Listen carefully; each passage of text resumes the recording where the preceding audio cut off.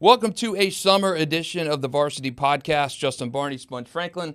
It's our first time coming to you in a high school time in a little bit of time, Sponge. We've had vacations, we've had work schedules and stuff, but hey, this is the layoff time. We're back and we're in business. So, been trying to get this coordinated for a little bit of time since we got a little bit of high school news to talk about. Name, image, and likeness, championship division, the two biggest things that came out of the final FHSAA Board of Directors meeting last month, and we'll get to the championship division in a minute. First, I want to touch on name, image, and likeness. This is it's been coming for a little bit of time, and it's finally approved, sailed through unanimous vote for the Board of Directors, and 35 other states had already greenlit it. Florida finally got it done. What are your thoughts on it before I get into mine? Well, we've had this discussion multiple times because we knew that this was eventually coming down the line. Yep. We knew that they were going to be voting on this, talking about it, and it was going to be, what happens? Do they green-light it? Do they shut it down? Because Florida hadn't been on that, hasn't had it activated like some of the other states like California and some of these other places. So, like I said, we've had it before. Now it's here. And I've got like mixed feeling on it, but I'm for it because I'm all for the kids being able to, promote themselves, promote their name, image, likeness, get whatever they can get. That's great. And if you can get it at 17 years old while you're still in high school, then I can't deny that. On the flip side, the coach side of it is this going to cause a problem, in your locker room? Is it going to cause a problem because, we know how bad, there's a whole nother topic, is how bad the pay is for high school coaches in the state of Florida. Head coaches, assistant coaches, coordinators, they're all vastly underpaid compared to, some of these other states. Mm-hmm. So now you're going to have a kid maybe making more than the coach, with some kind of deal, like either, through money or an endorsement. Mm-hmm. And so, how does that coach then feel about, the star player basically, getting money like that? And then how do you control that? How do the jealousy of the other players? Like it's a whole ball of wax that you got to kind of navigate through. Same thing kind of as it is in college, but except for most all of the guys in college are getting, NIL right. deals. To where it will be different is the high school guys, where people are probably going to get blown out of proportion is the fact that it's really only the top 100 guys who are going to be getting something. Not the second string cornerback at Ed White is getting, NIL deal. Right. So it's just going to be different. It's going to be interesting, and we'll just got to have to see how it goes. Yeah, and I look at this as like Georgia. Okay, Georgia enacted NIL last November, late October, November. Mm-hmm. So again, right in the throes of football season. Yep. Executive director of the FHSAA said in an interview, I believe, with Savannah Now back at the end of January, that only 44 or so athletes had taken advantage of NIL since it had been signed. It's different in Georgia. Now, the difference in Florida and Georgia is there's open enrollment in Florida. So it's pretty much the transfer portal. Right. It exists in Florida. It does not exist like that in Georgia. So it's a different dynamic in Florida compared to Georgia. So it's not apples to apples. Right. It's a bit different there. So 44 in Georgia had taken advantage in that 5 or 6 month period. So I don't think, and talking to head coaches around here about NIL, they are in favor of it in situations where it can promote something like a restaurant. I use this example to Brian Braddock and Toby Bullock when I talked to both of them.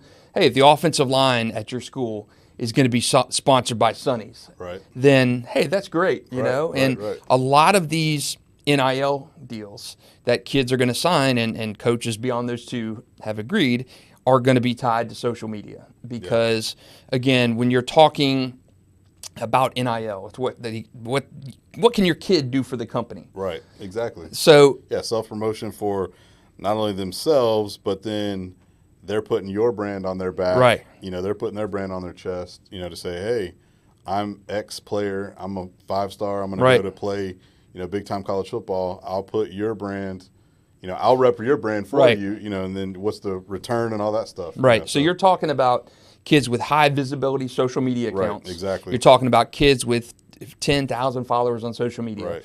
One example I'm going to talk about, Bartram Trail girls lacrosse player Ryan Frechette. So Right. this is the first known example of an NIL deal. In 2022, late 2022, Ryan was approached by an apparel manufacturer, STX. And she's a lacrosse star. She's been Miss Lacrosse for 2 years in a row in the state. So she is an elite of an elite player. Right. Okay, she's the cream of the crop, a blue chipper. I mean, she's a 5-star in what you would term in football. She was offered an NIL package worth $5,000. That was not just money shelled out to you. Right. This is not a $100 handshake kind of deal. These Right. are $2,000 in marketing. This Yeah. is $2,000 in equipment and stuff. So she is an elite of her sport. She was offered a deal, $5,000, the first on the record known conversation about NIL in Florida. She went to the FHSAA. Her and her family went through the proper channels to try to get it approved, and they obviously were shot down because NIL wasn't legal. Yeah. They brought up Ryan's deal at the board of directors meeting, said, hey, if all NIL deals were like this, it's a blueprint on how it should be, on what we'd like to see. It's a contract spelled out in great detail, what the player was expected to get and do, what the company expected, perfect, I's are dotted, T's crossed, all that stuff. Obviously shot down because it wasn't legal in the state at the time, but that was an example of an elite upper-level athlete being offered an NIL deal from a national manufacturer. It was $5,000 in essentially equipment and social media exposure and stuff like that. Branding of the now, stuff. That's an elite athlete. Right. I mean, Ryan's the best female lacrosse player to ever come through here, Right. and she was given $5,000. An offer for $5,000. Now, you're going to find situations that are different with the Jamie Frenches, the Tremel Jones, those kind of guys, the Carson Becks, if he was around in high school at the time. Right. And you're going to be able to get that. When Jamie French, the morning of an NIL deal, he tweeted out or put on Instagram about he had just signed or agreed to a contract, and people in the community affiliated with Mandarin were quick to kind of say, hey, this is not legal, because as quote unquote legal as NIL deal now, it's not official until the Board of Education ratifies it. So kids signing NIL deals right now could lose their eligibility because it's not officially approved yet and legal. So it's a little bit interesting at this point. Florida Board of Education will sign off on it in July. It'll become official. But I don't think you're going to see the massive amount of guys right now who are saying, signing these $10,000 NIL deals, stuff like that. It's not going to happen. Nobody's getting a Ford F-150 Raptor. It's not happening like that. Now, that being said, when people start learning how to circumvent these rules, and the thing I asked Executive Director Craig Damon was, how are you going to police this? Right. How are you going to police this when schools at million dollar institutions have enforcement arms and NIL collectives and stuff like that who can kind of act as middlemen or inform the players and their families about this? How are you going to police that? And Craig said, well, it'll be similar to recruiting. If somebody reports something, and we can do that. So you're, in a sense, relying on the honor system. And that eventually will be bad, in my opinion. Recruiting is so rampant. Well, that's where a part of this too flips into into the conversation of like, okay, the schools who have the money, like the private schools, they have better resources, better the families of those people at Trinity, Bowles, Episcopal, Bishop Kennedy, they obviously have money.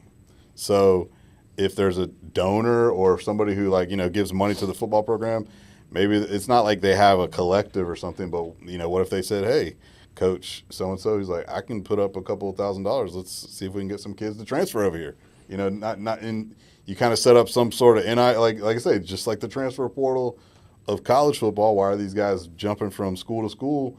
What do you got for me? What's the package? What's the deal? Like, I'll leave this school to come to play for you because you're going to offer me this. So yeah, that part is where if you don't have any kind of enforcement or any kind of regulation, that could be a nightmare situation. It's going to be a nightmare in some situations, because you look at the Jamie French situation. And again, I saw an athletic director at St. John's Country Day, John Scromlow, tweet out something this week about how it was already starting to happen where some kind of shady individuals of NIL were trying to get to their athletes and their families. So that is going to happen, and it happens with open enrollment. It happens with basketball teams, football teams. Hey, come to my school. Come to my school.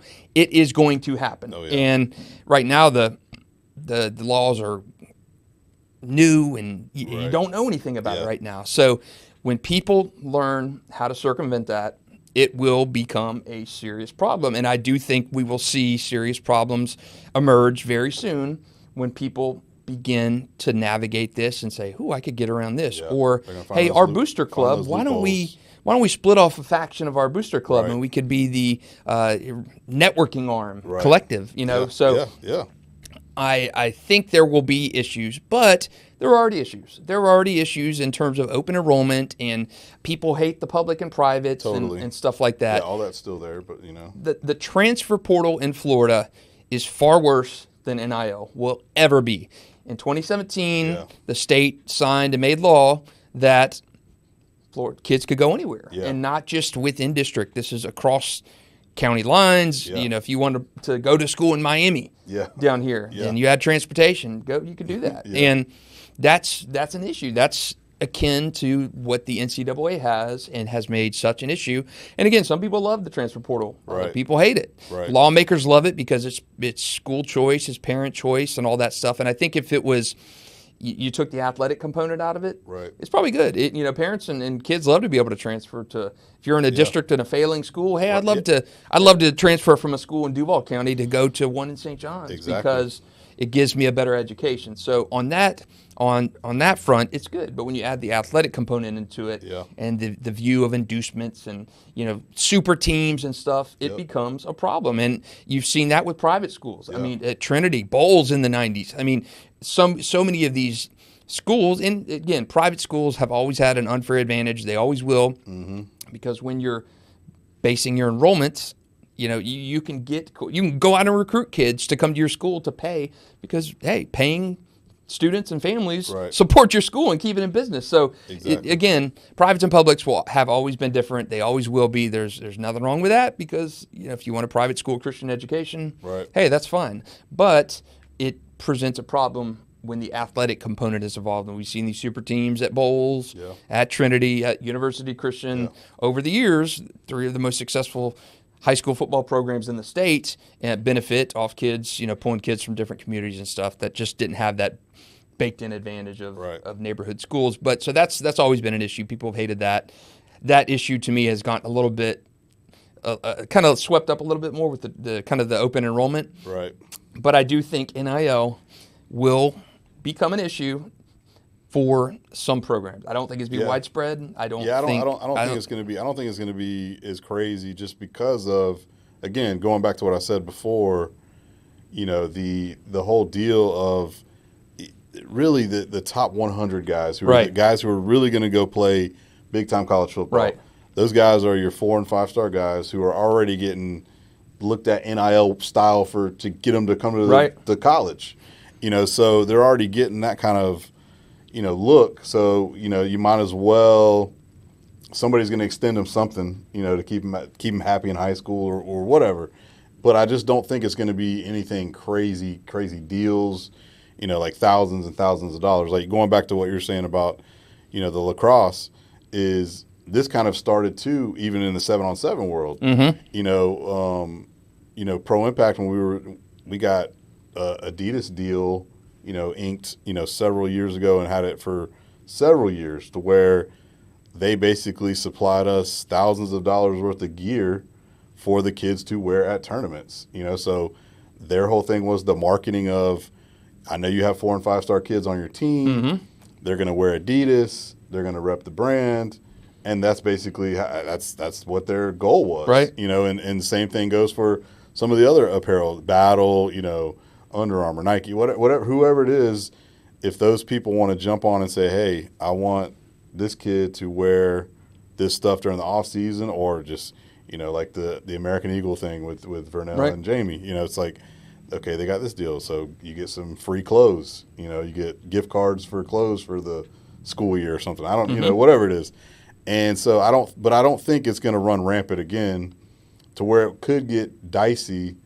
Is going back to what you're saying about the whole public-private part, where privates they've got more access to Mm-hmm. money, and they could maybe sway and persuade a kid to leave a Mandarin or a Reigns to come to a Bowles or a Trinity. So that's where that could, and that's all across the state too. You go down to Tampa or Mm-hmm. Miami, a kid who might be at Miami Central or Miami Northwestern. They already come to St. Thomas, and, Right. So it's like that's already the same. They got the same issues down there. Absolutely. That we got up here. Yeah, it's not specific to our so area. It's those will be the things that I will want to watch and monitor in the first year or two of where this is going and stuff. Yeah, and that's public-private, that debate is never going to go away. But typically, yeah, you're right. The big donors are the ones that can afford $15,000-$20,000 to send their kids to an elite private school. Now, a lot of those kids who are going to those private schools aren't the elite athletes. You're talking the people think, and that when they hear NIL, it's going to be what happened in college, and that is it's natural to think about that way. And what has happened in college is essentially pay for play. You're getting these athletes to come to your school, and you're paying them through collectives thousands of dollars a year. And I've heard from football players, I've heard from their families how much money is involved for some of these elite athletes, football players. To attend college. But when you're talking about college, you're talking about millions and millions of dollar TV contracts and boosters. The Bull Gators in Florida. The money down there is just stupid money. But again, high school and college are so different when it comes to that exposure. When you're talking about high school kids and how many truly elite football players do you see around here this year in this class? Who you would consider? That's what I'm saying. That's a great point, because I think about just in my years of coaching at Trinity, the decade that I was there, to think about the kids that have come through, we had a ton of great talent. Now there's a lot of guys that would have probably gotten and benefited from this NIL deal, but like I say, we're kind of a rare occurrence. But over a 10-year span, maybe 15 of those kids, maybe more, but most high schools, in a 4-year window, if you're a freshman to a senior, you're not going to see that superstar kid just like that. It just doesn't occur like that. Where you have like the 4 and 5 star, the top 100 players. You'd have to go back. You're better at it than me. Then go back and look at the last 10 years of how many top 100 players have we had? Off the top of my head, you're probably talking. I can name our guys like Sean Wade, Kevin Tolliver, Jeff. You're talking probably 25 to 30 guys. In the last 10 years. In the last 10 years. Exactly. That's what I'm saying. That's not a lot. C.C. Jefferson at Baker County. Derrick Henry. We're going up about a little further in 10 years, but Derrick Henry, DeMarcus Walker, those kind of guys would have gotten paid in high school. Tim Tebow back in 3, 4, 5 at Nice. Those guys would have gotten paid. But, and I have always talked to like Matt Toblin at Bowles about this. He was there during the Tebow years, and he says, I'm in favor of NIL. And this has been a couple years ago when NIL first came to college. I said, are you in favor of NIL? Not at the high school level. It's been a disaster at college. But NIL could have benefited a guy like Tim Tebow if he wanted to go to Bogey's Grill in Ponte Vedra and be sponsored on an ad or something like that for a local restaurant. Well, he should be able to do that. I remember when I was in St. Augustine working at the paper down there, and we had an advertiser who wanted to give kids $50 gift cards. At a local business, wanted to give kids $50 gift cards for our all-area team. Want to give kids. So you make this team and you get $50 gift cards. Perfect. Yeah, that's cool. I emailed the FHSAA and I said, hey, is this legal? Can we, are we able to do this? Because I've known the kind of the landscape of that. Can we give impersonal benefits? You can't take them. Can we give a kid through a local advertiser, honor the kids on our all area teams by giving them $50 gift cards? Well, that could compromise eligibility. We would suggest giving away scholarships or college, something like that, instead of you're running into a little bit of a gray area. And these were $50 gift cards, so I told the advertising we can't do that. So again, how far things have come, but in a situation like that, you could have given those kids something. And I know advertisers and stuff would be conducive to that and stuff. And we did end up giving away college scholarships and things like that, small $100, $500 kind of things. But if you're a Tebow type or a kid, Right. plays at Nice or Ponte Vedra, and they have a hyper local restaurant there who supports high school athletics in the area, and they want to give a kid down there $500 in gift cards to be on it, you should be able to. And that was Matt Tobin's point. When Tebow was playing at Nice, he could have done something like that. Yeah. I'm in favor of something like that. But, and I think most coaches would tell you, Brian Braddock, I talked to him, St. Augustine, Toby Bullock at Mandarin, who's got a lot of 4 and 5-star guys on his team, should be able to do that, benefit like that. And I think the gray area comes in, and coaches are worried about when you get these uncles and middlemen kind of coming in and steering kids a certain direction and giving them impermissible benefits. And then you're worried, I talked to Shelton Cruz at the FHSAA meeting, and he said, you got to worry about tax implications and parents. Look at they have no clue about that part. No, you look at Cam Newton, for instance, his situation in college, when his dad, Cecil, was trying to steer him to a school and, for $100,000, $200,000, something like that. Cam said he was unaware of it.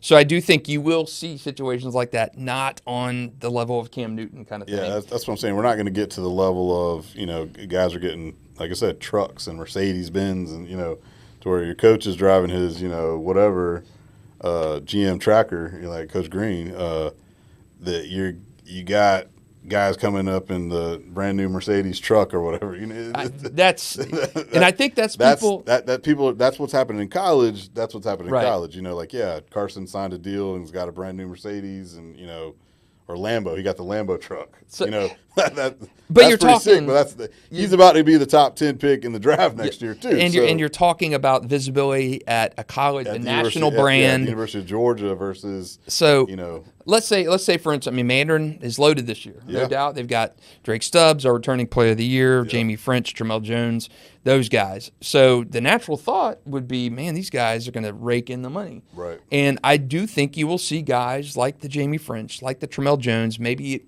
Drake Stubbs to an extent, those guys be able to capitalize off their NIL. But you are not going to see those $10,000, $20,000, $50,000 deals going to those guys. It's not happening. Those guys, again, have already gotten stuff situated for themselves at Florida State, at Texas or Ohio State or wherever they choose. Stubbs with USC. So they've already got things working down the line. So this is one of those things of where they're going to be able to maybe benefit right now before they get to college with, something like you say, some sort of an apparel deal, some sort of restaurant deal, whatever it is to, give them a little helping hand right now to say, hey, you're going to help my business, I'll help you, and, then it goes from there. But I don't think, it's not going to be outrageous. Again, maybe if we have the number one quarterback in the country or something 5 years from now, 5 years from now, it might be different. They might be having Mercedes. I don't know. We'll see where it goes from there. But nothing in this current future, right now in this year or two of the new NIL for high school is going to be crazy like that. I agree. I think if you see, again, and we're talking cream of the crop, creme de la creme of guys, you're going to see the Jamie Frenches. You're going to see the Tramel Jones, Colin Hurley, graduated early, but you would have seen Colin benefit from that. Yeah. You would have seen Carson Beck benefit from that had he been at Mandarin during the time where NIL came to fruition. Derrick Henry at Yulee. Yeah. But, those guys are, I'm not going to say generational guys. Derrick Henry is a generational guy. Tebow is a generational guy. You don't see those guys. You see those guys once, twice in a career of what we do. And you don't see that. Derrick Henry, like you say, that is totally generational. Yeah. It's like he was one of a kind in high school, great in college, and he's been in the league for a ton of years already. And, will we see another Derrick Henry? Maybe not. No. Maybe, but it's not going to be anytime soon. I wrote years ago that seeing Derrick Henry in his final season is the end of the era. You're not going to see that, especially with spread offenses and stuff like that. Derrick Henry broke a rushing record that was 59 years old, set by a guy, Ken Hall, the Sugar Land Express, way, way, way, way long back. And it took 59 years for Derrick Henry to come along and break that. And with the proliferation of passing offenses, stuff like that, you're not going to see a guy come along and break that kind of stuff. With the I mean, Derek was kind of in the earlier days of recruiting, and you're not going to see somebody like that again. Yeah. And again, a Carson Beck, a Mr. Football, throwing 5 touchdown passes in championship game. To Demario Douglas had a great championship game. Yeah. You just don't see that come along. Now those guys, had they been in this era right now, NIL, they would have made money. Definitely. But again, Derrick Henry, Carson Beck, Demario Douglas, you're not going to see those guys come around too often. And I think NIL is going to be good for female athletes, the Ryan Freshetts. Yeah. I think you're going to see athletes with social media presence have some of those NIL opportunities. I think you're going to see the Jamies and Tramels, those guys have NIL opportunities. But I think by and large, you're going to see hyper-local type restaurants, meals sponsored, offensive line, eating at Woodpecker's Barbecue, and them throwing things like that. I don't think you're going to see these bags of cash coming over. And definitely not. I just don't. Yeah, see like it. somebody else, who I know benefits majorly from social, and we talk about her too, is like Gabby. Yeah. She's one of the transcendent female athletes in our area who's done big time. She plays multiple sports. She's big on social media, so I know Kentucky, all that. So she'll work that out to where if this would have been in place, she could have probably got some endorsement deals, to have some stuff like that. So all those people who have a face of a brand of themselves to basically benefit, again, I scratch your back, you scratch mine with whatever, apparel, like we said with, the Bartram Trail player from lacrosse, all these kids can benefit maybe from something like that. So that'll be cool for these kids to get some kind of kickback, for their name, image, and likeness to help promote all sides. Yeah, and I mean, you mentioned Gabby Rourke, who's a multi-star athlete, just graduated Atlantic Coast, played football, flag football, soccer. I mean, unbelievable volleyball, everything. So many things. Very engaging young girl, and was kind of the face of flag football in our area and stuff like that. Very presence on social media. She even got on a couple 7-on-7 teams. Yeah, too. so I mean, we saw Gabby out catching passes from Caleb Williams and stuff. Yeah. She trained. I mean, she's that good of an athlete. But again, social media. Yeah. You're playing in multiple sports. It's a great story, and I think in talking to coaches and administrators and stuff, they say female sports are going to benefit from this too. I mean, you look at an athlete like a Livy Dunn. I was just about to say, she was the number one transgender in NIL world, with the gymnastics at LSU. So it's those girls can definitely benefit from, what they do, and they're, give them what they deserve. Right. So I think that is positive. So I think there are more positives than negatives in all of this, and I'm worried about the guardrails in place. And I think with anything, I think like you said, the recruiting and then the regulation of okay, is this benefiting for the student athlete, or is it benefiting maybe one of the schools by a persuasion of a recruit transferring from another school? Like you said, transfer portal, is love it or hate it. It is what it is. Yep. There has to be, just like in college, there's got to be some sort of regulation, some sort of rules in place, so it's not abused and just what are you going to do for me now type stuff. So those will be definitely the question marks that have to get answered. And I mean, you already had the transfer portal was open. Kids, for sure. Kids and parents, and I know coaches hate it and stuff. It's the nature of the beast. It's the way college has gone, way pro sports have gone. I mean, you go to a team. I mean, I want to be out of here. I don't want to be here anymore. That's the way it is, and that's just the era it is. And I get not liking it, and I get the way it is, but transfers have happened forever. I mean, the transfer portal. I mean, kids. I remember going back to the Tebow days. You had kids transferring from the north side of town to Nice to play football because it's my meal ticket. I'm going to get seen. I'm going to get exposure for colleges. I may win a state championship. I get to play with an elite quarterback.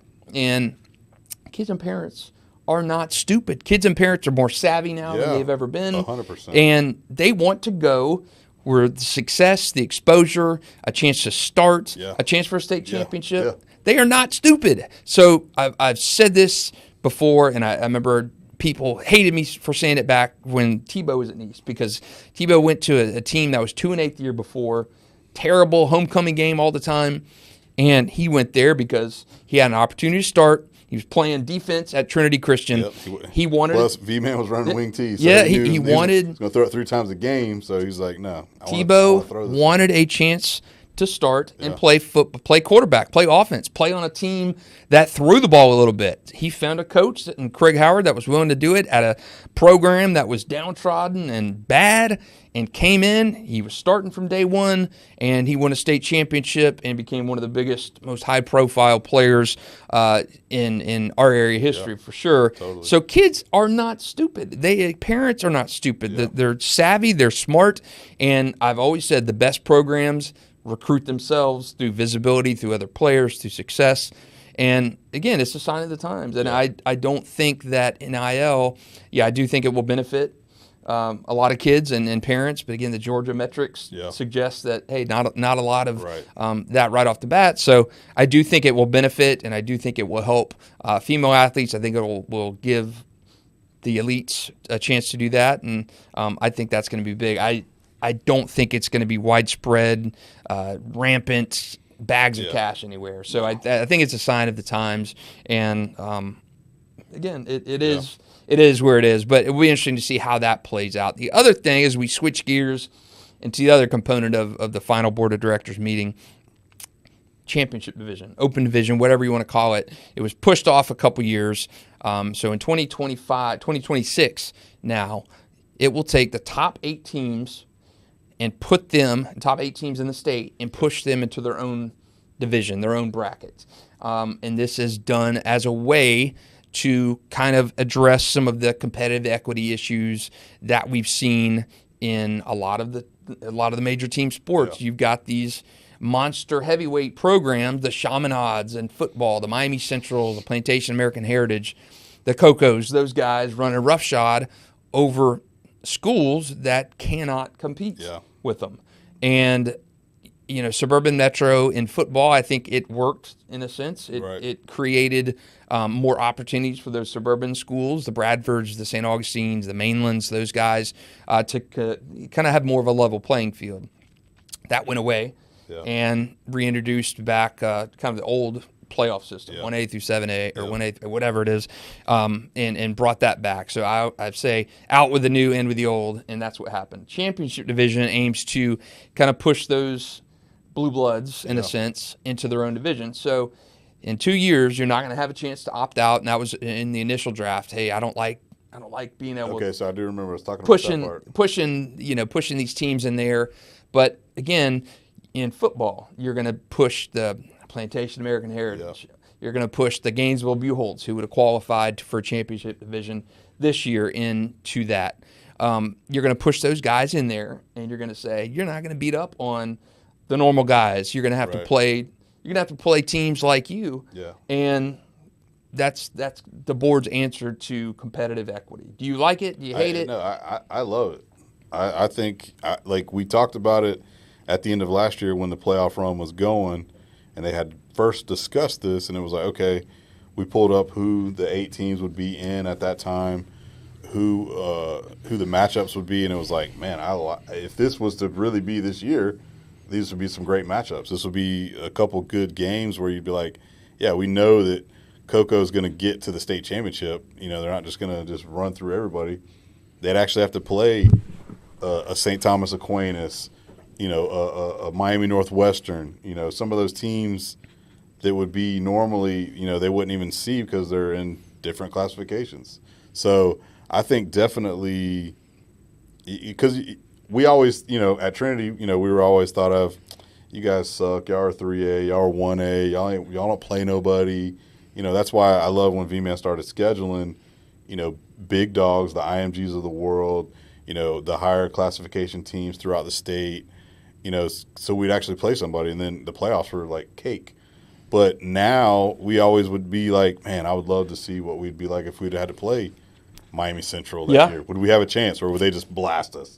So it's like, I like the fact that these, basically you're going to find out who's the best of the best in the state. Whether you're in 1A, 2A, 3A to 8A. Yeah. And So just, you played so on the field. here is the What it football would've 1 been? through 8. Okay. So it had the Open Championship division. I still know who I would have picked, but yeah. Cocoa, number 1 seed. Yeah. Chaminade Madonna, number 2. Miami Norland, 3. Aquinas, 4.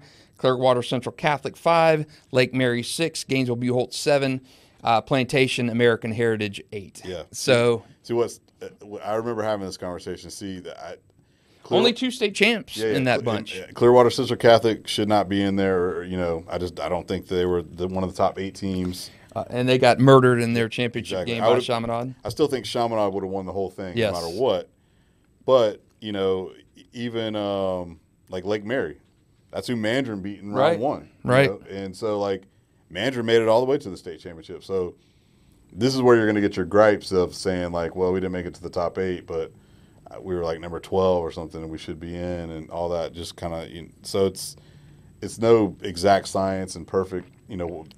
What you got to tell Mandarin is you shouldn't have lost those games in the regular season. Where Lake Mary beat you in the regular season. Lake Mary had I think were they 1 loss, undefeated? Yeah, one. Either I think one. They lost the last game of the season before going into the playoffs. But regardless, that's where still some of those matchups where you get a Cocoa versus those teams, or you get that Chaminade, St. Thomas game. I mean, can you imagine this bracket last year? You'd have, Cocoa, Chaminade, Norland, Aquinas, Clearwater Central, Lake Mary, Buchholz, American Heritage. That is stout, man. Yeah, that's like old Indiana basketball where good. you placed all those teams in the one. I mean, there was no 1A, 2A. Right. It was everybody here in this open tournament, and it was awesome how Indiana basketball used to do it, high school basketball. In this situation, Cocoa was a state champ last year. Yeah.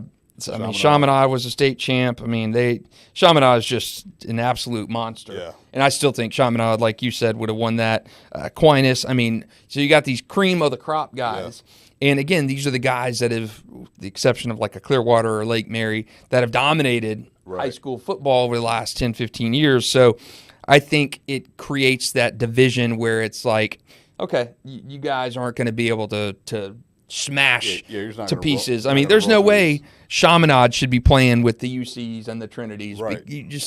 If you're a Trinity, it used to be where we were kind of on even playing field, and then you think back when we played them, the last time that we beat them was I think 2017 when we had the DJ Matthews, the Sean Wades, the Tyreeks.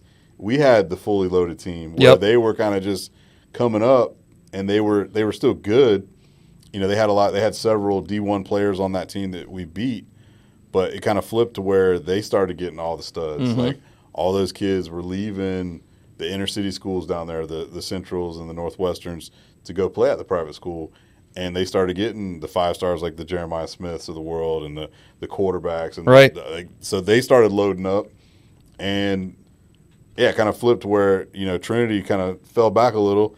Now, we did beat them in Tallahassee, though, too. Right. That was another upset. But they were – last year's team was a freak show. Yeah, didn't they beat – They beat everybody by 40, and then I think they even played in one of those bowl champion series and beat another high-powered state school from somewhere else. But they dominated everybody. Yeah, they beat Clearwater Central, who was a 5 team, 55-0 in the title game. It was a joke. So it's you get those guys out there, and I think, a Cocoa versus Chaminade in a title, that would be legitimate, excellent viewing. And St. Augustine was 10th last year overall. So Brian Braddock, not a fan of the championship open division concept, and he knows. They're St. Augustine's traditional public school, where you're not in a county that doesn't have these rampant transfer issues. Right. So you're talking a St. Augustine would get to play an all-star team in a Chaminade type of team and get walloped. There's no way St. Augustine, as good as St. Augustine was last year or this year, they get dog walked by. Mainland, who beat them, like Chaminade would do the same to Yeah, Blaine, they're. you know. So I mean, Chaminade would beat St. Augustine 42-6 kind of game, and that's no disrespect to St. Augustine, but I mean, you're Chaminade. You're pulling. Chaminade's like a poor man's IMG without the prestige. I mean, you're getting these blue bloods, these blue chips, and you're not going to be able to compete. So I do think it's interesting because I asked Toby Bullock and Brian and Jim Martin, the basketball coach in the area, say, hey, if you're number 7 in week 11 and you're saying, I can't hang in this championship division, what do you do? And it's a race to lose your week 11 game because, I think you're going to have situations like that. That way you say, hey, we'll fall back and just be number 10. Yeah. Be out of this thing. Go play for the state championship like you normally would. Right. 'Cause you're not in the open division. And so you get to do what you still get to play for a state title. You probably will get there. And then you don't have to match up with any right, of these guys. And that Jim Martin, I mean, legendary basketball coach at Providence. Yeah, I didn't think about that. I mean, he says, there's no way we could compete with a couple of the teams that are winning state champion. We just cannot. Right. There's no way for us to do that and even have a fair shot. Nobody's going to beat Columbus, Miami Columbus. Nobody's going to beat Sagemont. You're just not going to do it. And he said, if we're in that position, which Providence would have been in that top 8 this year in basketball, who's to say you take a few L's purposely? I mean, and I think teams will do that. And tank to not play. It's I'd rather win if you're a Providence team like that. I'd rather take my guys and know that I can compete in 3A without the Sagemonts and those guys. Columbus is higher class, but it's weird that I guess because we talked about it. So my thing is, I guess they should have left it in the rule of like if you want to opt out, then you just take the next team in. Like if. Say you feel like, okay, great, we're number 7, and we're happy that we were the alleged number 7th ranked team in the state, but we want to just play in the state, right? The regular normal bracket, we want to just drop us out. We don't want to be in. So then you would bump that 8 team up to 7 and the 9th team up to 8, and then you just go from there. But if you're gonna, leave that out and you're automatically in, then it's just like, well, you're in. So that's where, I would say if you don't want to play in that, then you probably will see some tanking. Yeah, I think that's relevant because, I mean, again, if you're in, I'm not saying teams will want to lose purposely, but it makes you kind of think, I mean, if Providence is going to go in there, and I'm using Providence as an example, it's Providence multi-time state champion, but, when I look at Providence basketball, when they had the guys, the Grayson Allens, the Patrick Youngs, later the Wyatt Walkers, the Jason Burnells, those guys, I mean, Providence was legit. State champion, could win against those elite teams. But now, when you're Providence, you're still they've been Final Four the last 2 years, and you're still an elite team, but you're not elite to the level of you're going to go into an 8-team tournament and be able to stay with any of the 7 teams in front of you. You're just not. You're not at that level. I mean, it's in a sense, it's like the college football playoff where you've got the G5 and the Power 5. Is an elite G5 team going to be able to stay with a Georgia from last year? It's like Liberty against Oregon last year. You're not gonna see it. You're not gonna see it, and I do think coaches are worried about it devaluing the when the introduction of the college football or national championship game, the current format, the bowl championship, gave way to the football playoff, kind of devalued the bowl system in a sense, and it was brought up during the board of directors meeting. Hey, what's going to happen to hey, if I win the 2A state championship now, I mean, it's going to be a throwaway because people think you didn't play the Chaminade to win that title, So I get it, valid points, but I do think that, I mean, that's coming 2 years in a row. Love the concept. I think it will probably be tinkered with a little bit before we get to the final product, but I do like the fact of a truly exclusive, I mean, a girls' soccer, for instance, I mean, you could have seen 4 local teams in that this year. Bartram Trail, Creekside, Ponte Vedra, St. John's Country Day. I mean, 4 girls champions. 4 girls teams from our area. Creekside and Ponte Vedra won state championships, but in the 8-team open division, they would have had to play each other and would have been one true state champion. So, but I mean, again, those teams all play each other during the regular season for the most part. So it'll be interesting, but I do think it presents a new look a truly best of the best concept, which I truly like, and I think that could be good for, especially for if there's some promotional aspects. I mean, you put that on a statewide TV or something during this. I think that could be a fantastic concept of truly getting the best of the best in terms of a state champion. So, Sponge, thanks for joining me. It's been a long time since we have done this, and we'll try to come to you here again next month. Man, we're going to start talking high school football season. We got media day coming up a little over a month from now, and high school football regular season kicks off August 23rd. I can't believe it's getting so close, Sponge. It'll be here fast, man. Yeah, and people get to hopefully see us a little bit more as we do our podcast with the video element too. So thanks for joining us on a summer edition of Varsity for Sponge Franklin. Justin, Barney, we'll catch you here next time.